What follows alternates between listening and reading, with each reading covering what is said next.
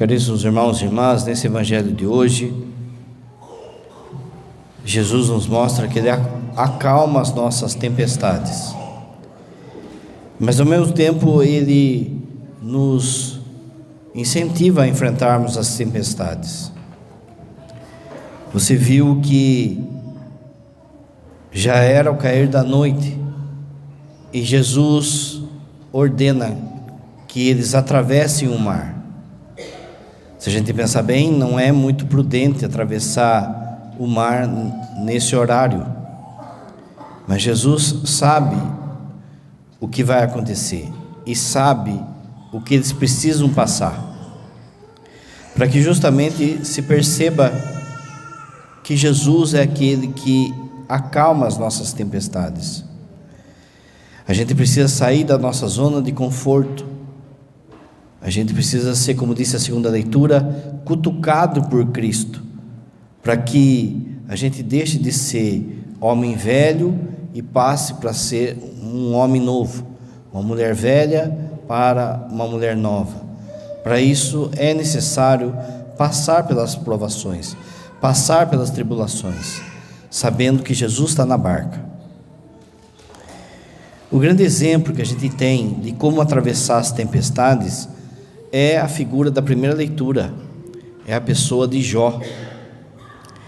Jó, ele é um livro, o livro de Jó é um livro justamente para quebrar uma ideia que se tinha no Antigo Testamento de que quem era bom se dava bem, quem era bom era protegido por Deus. Mas só que eles olhavam a realidade das coisas e viam que não é bem assim, e nunca foi. Na realidade, quanto mais você é bom, mais você causa, porque o mundo está entregue, o mundo jaz do maligno, o mundo está entregue nessa iniquidade, no processo de iniquidade, como diz São Paulo na carta aos Tessalonicenses. Então, havia esse questionamento: olha, se esse cara está sofrendo, então ele não é tão bom assim. E o livro de Jó vem para mostrar que é assim, sim. E deixa eu dizer, quanto mais você for bom, quanto mais você for de Deus, mais você vai pagar o preço por isso.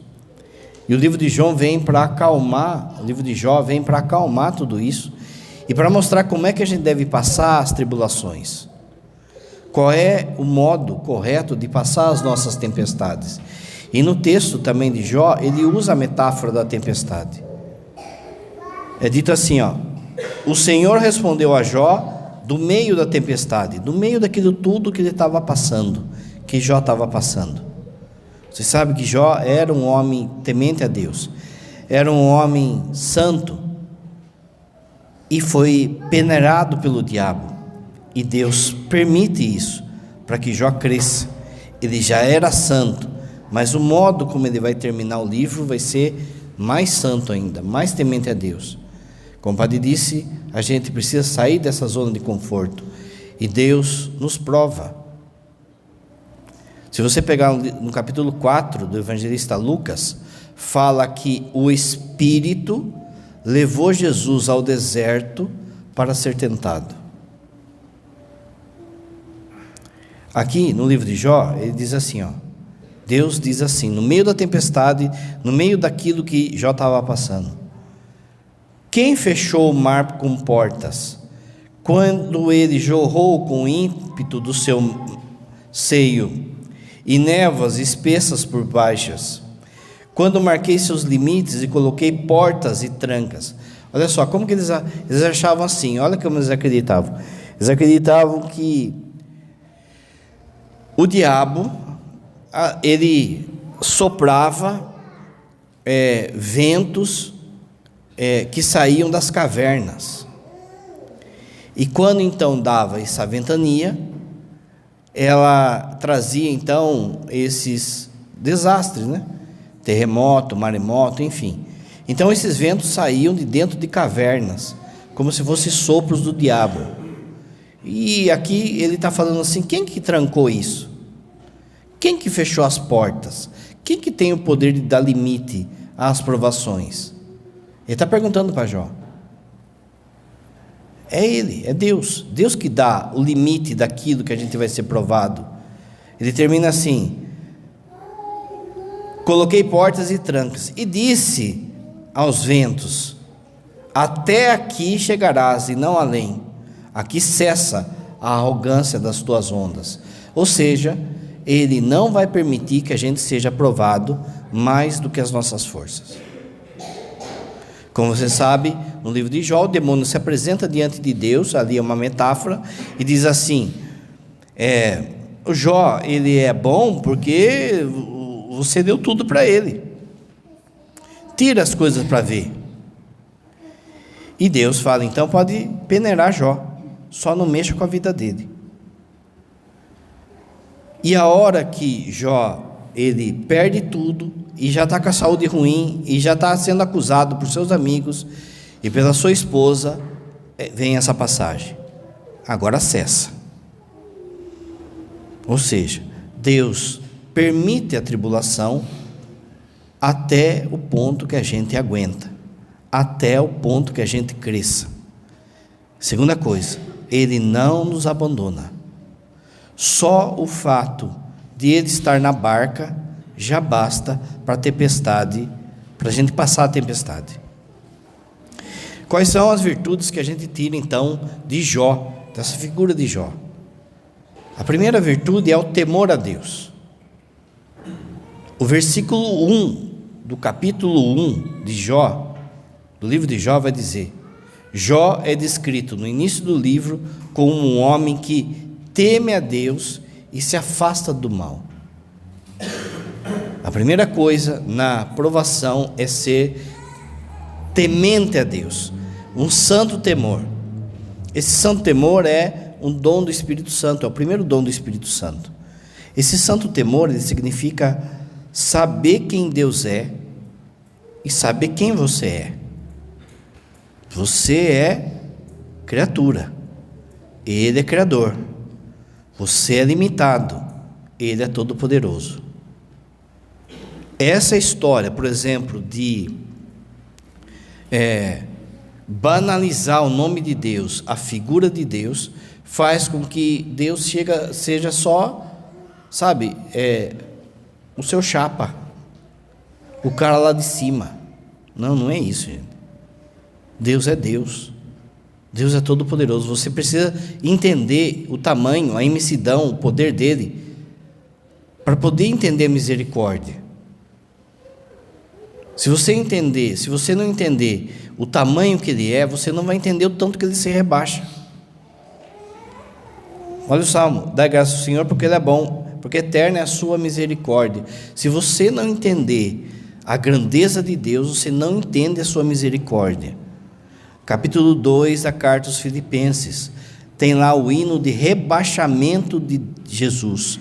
Ele que era Deus, Ele que era de condição divina, se rebaixou, se humilhou, se fez obediente até a morte, e morte de cruz. Veja, se eu não perceber o que é ser divino, eu não entendo tanto que Ele se rebaixa. Isso é temor de Deus. Por quê? Porque se eu entendo que Ele é Deus e eu sou criatura, eu vou ter medo de perdê-lo. Eu vou ter medo de perdê-lo. O rapazinho começa a namorar com uma menina que é muito mais bonita que ele. Todo mundo fala: o que essa menina viu nesse cara? Não é?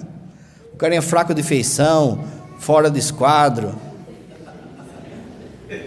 E ele sabe também disso.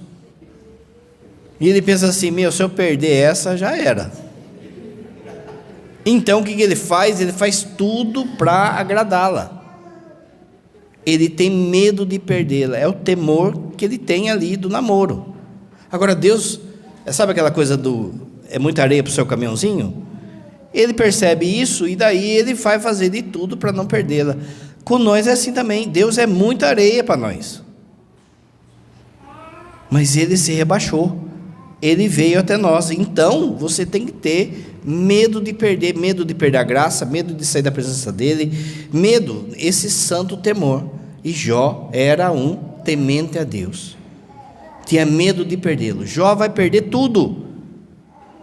menos Deus. Primeira coisa para passar a tribulação: você pode perder tudo, menos Deus. Deus é a sua grande riqueza.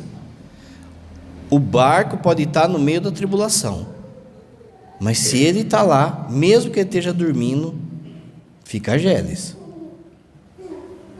Segunda coisa, Jó era um homem íntegro. Olha só o que diz o livro de Jó: até que eu morra, não retirarei de mim a minha integridade. Integridade significa uma pessoa que ela é una, que ela não é esfacelada, que ela não é quebrada. Uma pessoa que não é íntegra, ela está dividida, ou seja, ela se molda conforme o ambiente, conforme os amigos, conforme a situação. Se ela está bem, ela louva a Deus. Se ela não está bem, daí ela não louva a Deus. Ela não é íntegra. Por quê? Porque ela é esfacelada. Conforme dá o vento, é o jeito que ela vai. Parece boneco de posto. Conforme dá o vento, ele vai para lá, vem para cá. Jó era um homem íntegro, ou seja, os seus valores não mudam, independente de onde ele esteja, com quem ele esteja falando, com aquilo que ele esteja passando. Os amigos de Jó, vão fazer discursos apontando o dedo para Jó, cutucando Jó, falando para Jó se revoltar contra Deus, falando para Jó que Jó é um pecador, que ele está escondendo coisa, humilhando Jó, e ele continua íntegro. Mas o pior é quando a sua esposa começa a jogar na cara dele, começa a murmurar contra ele e maldizer o dia que ele nasceu.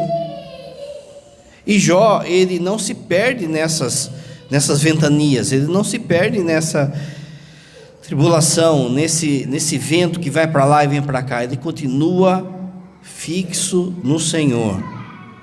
O Senhor Deus, o Senhor deu, o Senhor tirou, tudo é dele. De forma que nas nossas provações a gente precisa ter essa integridade.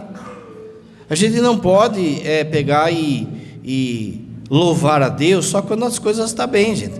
Quando as coisas estão bem, é fácil louvar a Deus, é fácil colocar um terço no pescoço, uma camisa de Nossa Senhora. Mas é na hora dessas ventanias que a gente deve mostrar integridade. Quanto que falta nos nossos dias hoje, dos pais, e principalmente dos pais masculinos. Você lembra que o seu pai e seu avô, eles tinham palavra, eles tinham integridade. Quando eles davam uma palavra, mesmo que ele saísse mal no negócio, ele cumpria a palavra. Hoje em dia nem com contrato a turma quer cumprir a sua palavra. Por quê? Porque não há integridade. As pessoas se moldam, ainda mais com as coisas de Deus. A pessoa assume um compromisso na igreja, por exemplo, e falta, e falha, e fica dando desculpa, isso, aquilo, outro. Isso é falta de integridade. Ela é uma pessoa esfacelada. No serviço, quantas pessoas que fogem da família, fogem da vida, quantas pessoas pensando assim, com tentação de desistir, de sair de casa, isso é falta de integridade. Porque aquele que é íntegro vai permanecer não vai ficar esfacelado. Como o padre disse, na hora que a sua família está bem, é fácil falar que ama eles. Mas na hora da dificuldade, na hora da briga, na hora que o filho está dando problema, na hora que está faltando dinheiro, é nessa hora que você tem que ser íntegro e olhar para Deus. Ele está lá na barca, ele pode estar dormindo, mas ele está lá. Não se moldar conforme a tribulação, a provação, as pessoas que estão do lado. Quantas pessoas se moldam, por exemplo, no serviço. Tem gente que aqui na igreja é lá no serviço é outro, aqui na igreja é lá em casa é outro. Está faltando integridade. A pessoa é a mesma, temente a Deus, busca a Deus e não se molda, não coloca máscara. Como é difícil, por exemplo, diante das amizades, você falar não a certas coisas. Não a grupos de zap, não a conversas, não a bebida. Mas aí, com medo do que os outros vão pensar, eu me esfacelo. Eu cedo. E isso causa doença. Doença psíquica, porque você está quebrado, a pessoa está quebrada. O que é a ideologia de gênero, senão uma pessoa que está quebrada? Ela não se aceita na sua integridade.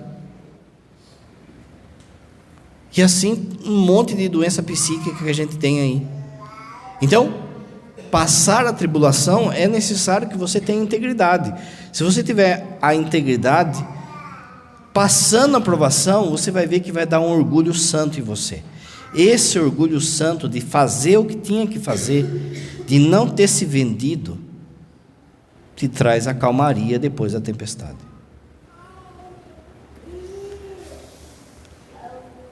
Terceira coisa que Jó nos ensina no livro de Jó, para passar as tempestades: arrependimento. Olha o que ele diz: por isso me retrato e me arrependo no pó e na cinza. Veja, Jó já era um homem bom, mas ele sabe que ele é pecador. E ele sabe, como a gente devia saber, que muitos dos nossos sofrimentos, pode pôr aí 85%, 90% dos nossos sofrimentos, é causado por nós mesmos. É causado pelos nossos pecados. A gente se enrola e depois sofre a consequência disso. O mal, ele não perdoa a gente. O mal, ele se vinga. De forma que mais dia, menos dia, a gente colhe aquilo que a gente plantou. A primeira coisa diante disso é saber que essas tribulações não é simplesmente porque Deus está castigando, porque Deus quer que a gente sofra. Essas tribulações são permitidas por Deus como um corretivo. Tem hora que a pessoa não enxerga. É como o seu filho, você fica falando assim, não põe o dedo na tomada, não põe o dedo na tomada. Mas não adianta. A hora que ele põe, aí ele vê que ele não era para pôr mesmo. A gente é assim. Então, muita coisa que a gente colhe de sofrimento hoje, no casamento, no trabalho, na sua vida física, na sua vida psíquica, foi porque não obedeceu a Deus. Quantas pessoas, por exemplo, só um exemplo, né? Quantas pessoas, por exemplo, que pagam um preço hoje, psiquicamente, espiritualmente, de ter ido invocar morto, de ter ido fazer trabalho, de ter isso, paga o preço. E vai ter que pagar o preço até o fim. Por quê? Porque foram mexer aonde não devia. Onde Deus falou, não mexe aí. Mas mexeram. E agora vão ter que aprender a lidar com a ressaca disso, com a luta espiritual disso. Quantas pessoas que às vezes vai lá e tocou um dia na pornografia, tocou um dia na bebida, tocou um dia na droga, e agora vão ter que lutar contra isso. Mas se tivesse obedecido lá atrás, para entender uma pessoa que hoje vive uma vida de santidade, mas olha, ela falou que ela terminou o relacionamento, porque era um relacionamento abusivo, e aí ela estava sossegada, estava caminhando com Deus, estava aquela coisa. Aí apareceu uma pessoa desses Facebook, é treta, hein, gente? E aí saiu com essa pessoa e teve um relacionamento com ela, uma intimidade com essa pessoa, e pegou AIDS. Aí chegou aqui para o padre falando assim, por que que Deus permitiu isso? Meus irmãos, veja, se tivesse cumprido os mandamentos de guardar a castidade, não tinha pegado, não foi Deus que quis. Percebe? A gente se enrola pelos nossos pecados e depois acusa Deus. Por que tem fome no mundo? Não é culpa de Deus, é culpa do egoísmo do homem. Jó sabe que vacilou. E olha que é um cara bom, hein? Jó sabe que ele vacilou. Então ele se arrepende. E isso deve ser nas nossas tempestades. Por que eu estou passando por isso? Aonde eu fui mexer? O que Deus quer disso? Será que disso eu não preciso confessar? Eu não preciso voltar para Deus? Eu não preciso mudar? Eu não preciso... Essa semana, na quarta-feira, Cristo falava do kit básico do que é seguir Ele. É o kit básico. Oração, cuidado com os pobres, a caridade e o jejum. O kit básico. A tendência nossa é que a gente se ache bom. A gente tem essa mania de se achar bom. Muita gente chega na confissão e fala assim: padre, eu não matei e não roubei. Então, quando você olha para isso, você fala assim: eu sou uma pessoa boa. Mas, meu irmão, presta atenção que os fariseus, eles cumpriam o kit básico. Os fariseus, eles cumpriam os mandamentos. Eu duvido que um de nós aqui, inclusive eu, cumpra os mandamentos como os fariseus cumpriam. Só que não basta isso. Não basta fazer o kit básico. Você precisa ser santo. Não basta você achar que você é uma pessoa boa. Quando você olha e fala assim: eu sou uma pessoa boa, você está se comparando com quem é ladrão, com quem mata, com quem rouba. Mas quando você vai se comparar, você não tem que se comparar com eles. Você tem que se comparar com a obra feita, realizada. Quem é a obra feita, realizada? Os santos. Então olha para a sua vida e vê se eu pelo menos estou fazendo o kit básico. Eu estou rezando todo dia, eu faço o jejum conforme pede a igreja, eu estou ajudando as pessoas. Esse é o kit básico, é o básico. Mas nem isso eu estou fazendo. E aí eu me acho bom. Espera aí, gente, tem alguma coisa errada. Por exemplo, quando eu olho, a vida dos padres que foram santos, Padre Pio, São João Bosco, Santo Afonso, eu sou um medíocre. É com eles que eu tenho que comparar, não com os padres que estão em vida dupla, não com os padres que estão presos.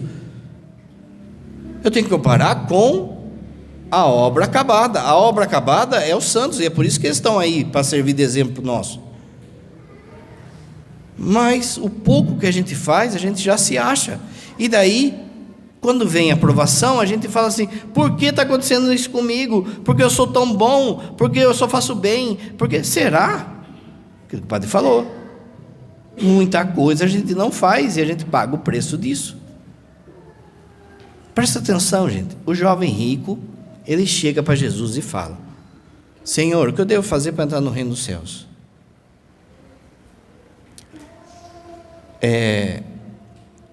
Jesus diz assim: por que me chamas de bom? Não é? Bom mestre, o que devo fazer para entrar?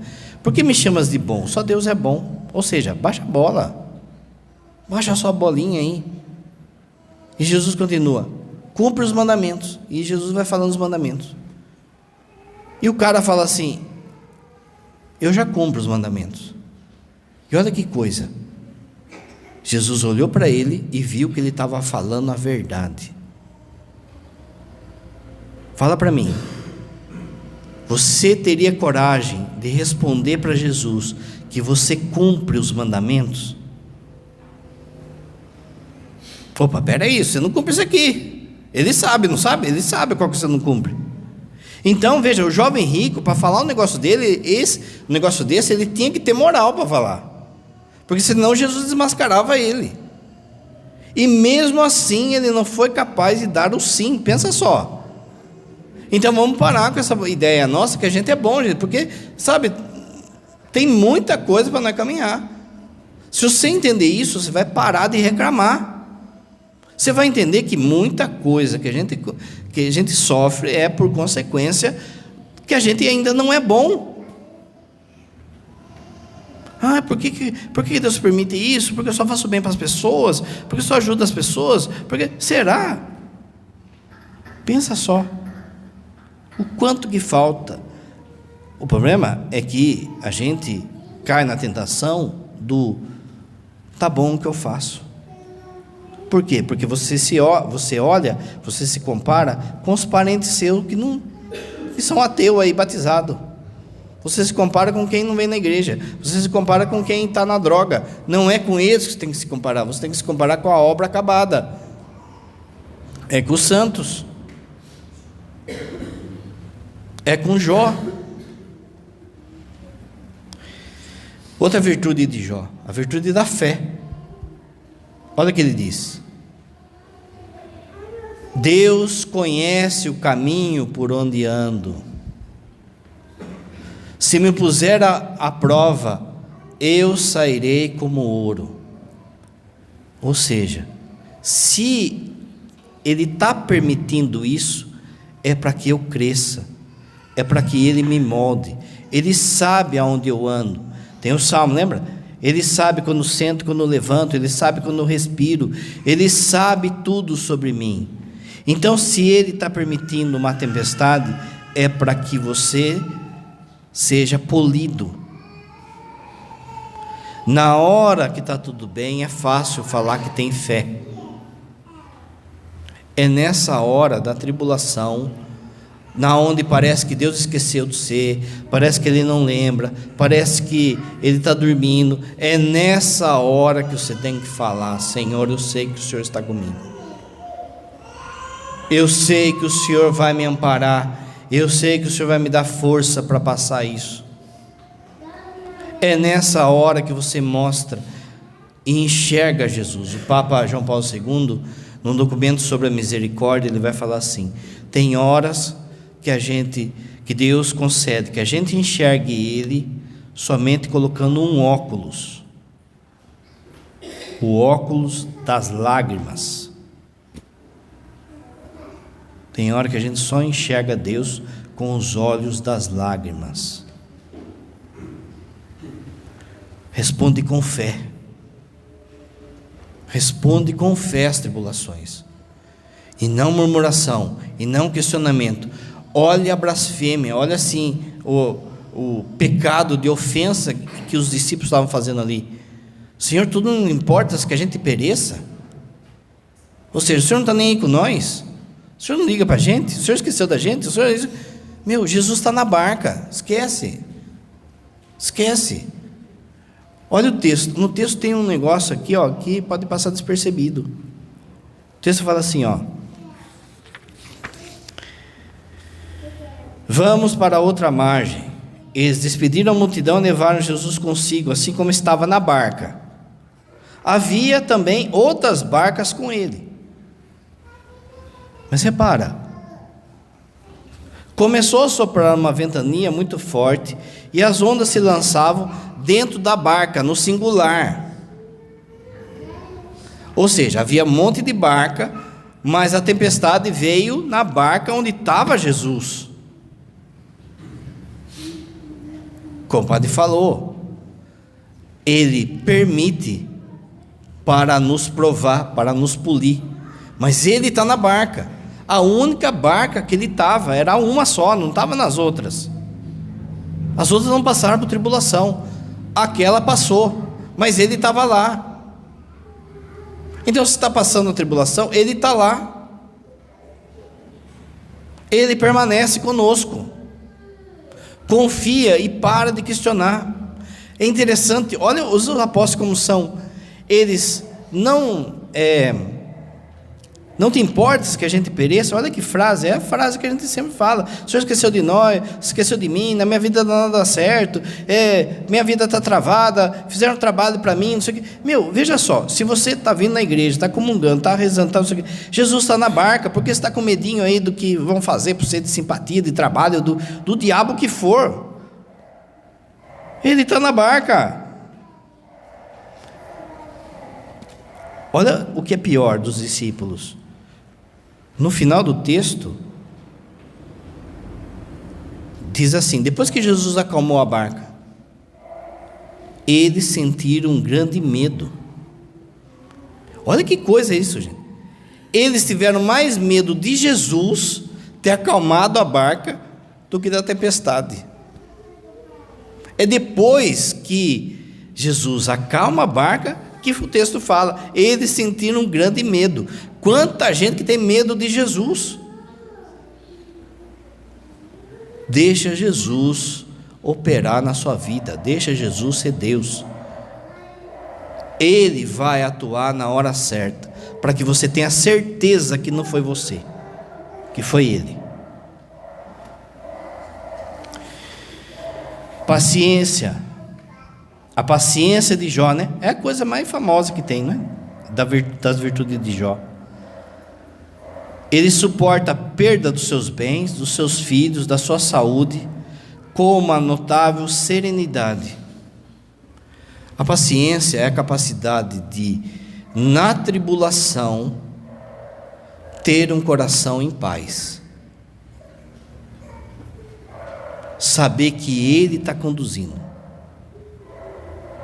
Ele não abandonou Deus. Jó perdeu tudo, gente.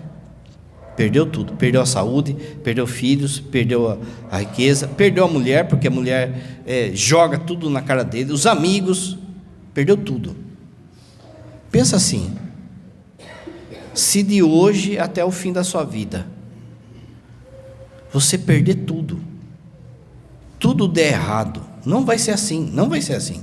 Mas vamos supor que você perca tudo, tudo, seu nome, sua reputação, sua família, seus bens, você perca tudo. Você vai largar Deus? A princípio você respondeu que não. Mas você não perdeu tudo. Então por que está essa revolta? Por que esse questionamento? Paciência é saber esperar a hora de Deus agir. Aquilo que o Padre dizia, para quando Ele agir, você saber que foi Ele, você não ter dúvida que foi Ele. Meus irmãos, olha só, essa paciência, ela tem a ver com a vida de oração. O paciente, ele reza, porque ele sabe que ele precisa da hora de Deus. Quando a gente reza, a gente mostra uma outra virtude de Jó, que é a sua humildade. Quem não reza é orgulhoso. E é kit básico, aquilo que o padre falou. Por quê? Por que você não reza? Por que você está fazendo a oração?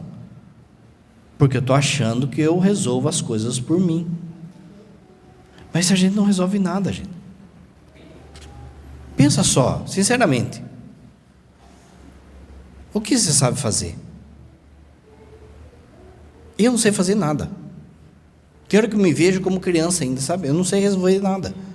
Me deram uma paróquia, me deram uma responsabilidade de cuidar das almas, me deram uma responsabilidade de cuidar do Santíssimo, me deram uma responsabilidade de cuidar de financeiro, e eu não sei absolutamente nada.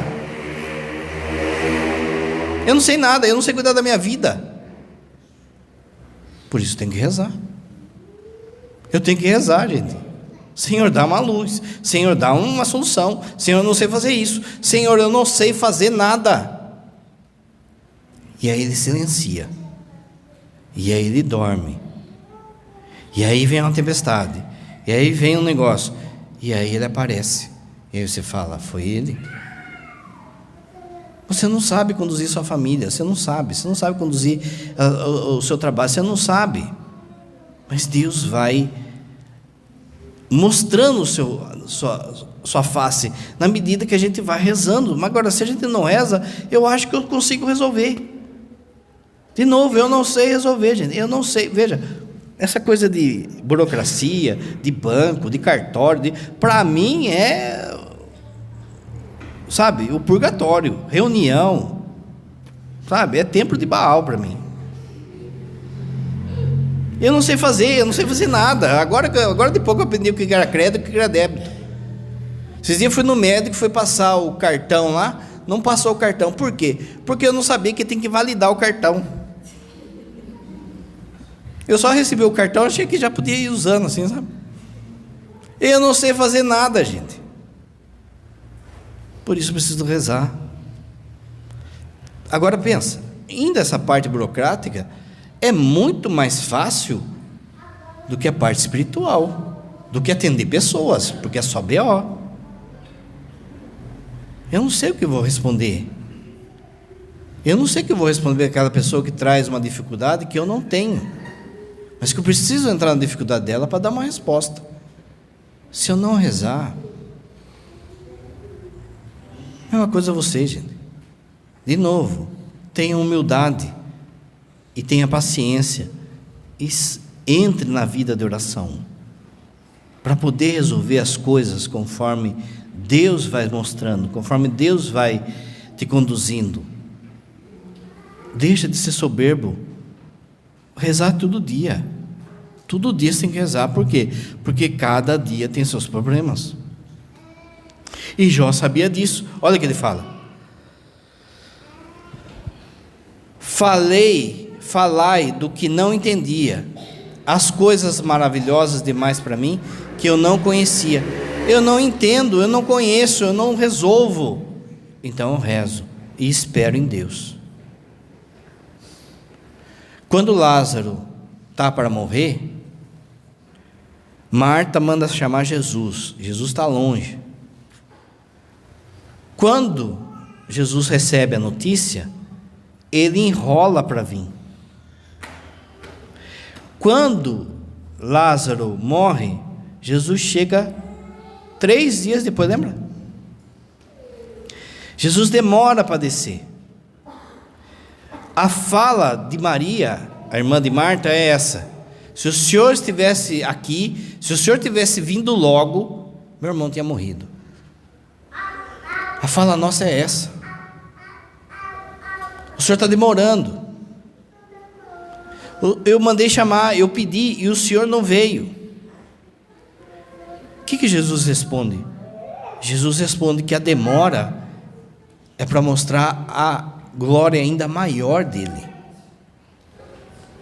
Porque entre curar uma pessoa e ressuscitar uma pessoa, é lógico que ressuscitar é um milagre muito maior. E Jesus vai lá não para curar Lázaro, mas para ressuscitar ele, para que a turma tenha certeza que foi ele. E assim é conosco. O que parece demora de Deus, você responde com paciência e oração, porque a hora que vir vai ser maior do que você está pedindo. De novo, exemplo Santa Mônica, 30 anos ela rezou. Ela rezava pedindo o quê?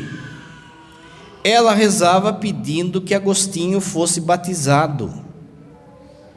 Agostinho, ela matriculou Agostinho na catequese, Agostinho deu o cano e não foi na catequese.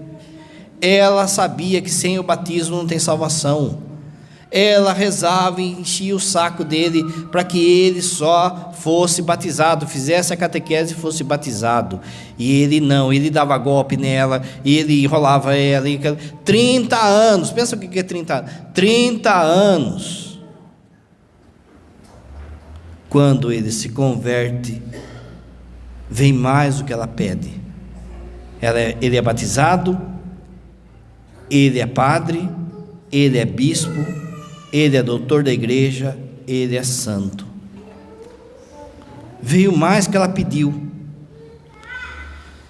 Deus concede que eles tenham um êxtase antes dela morrer, porque ele se converte e ela morre. Ela viveu para isso. Ela viveu para isso.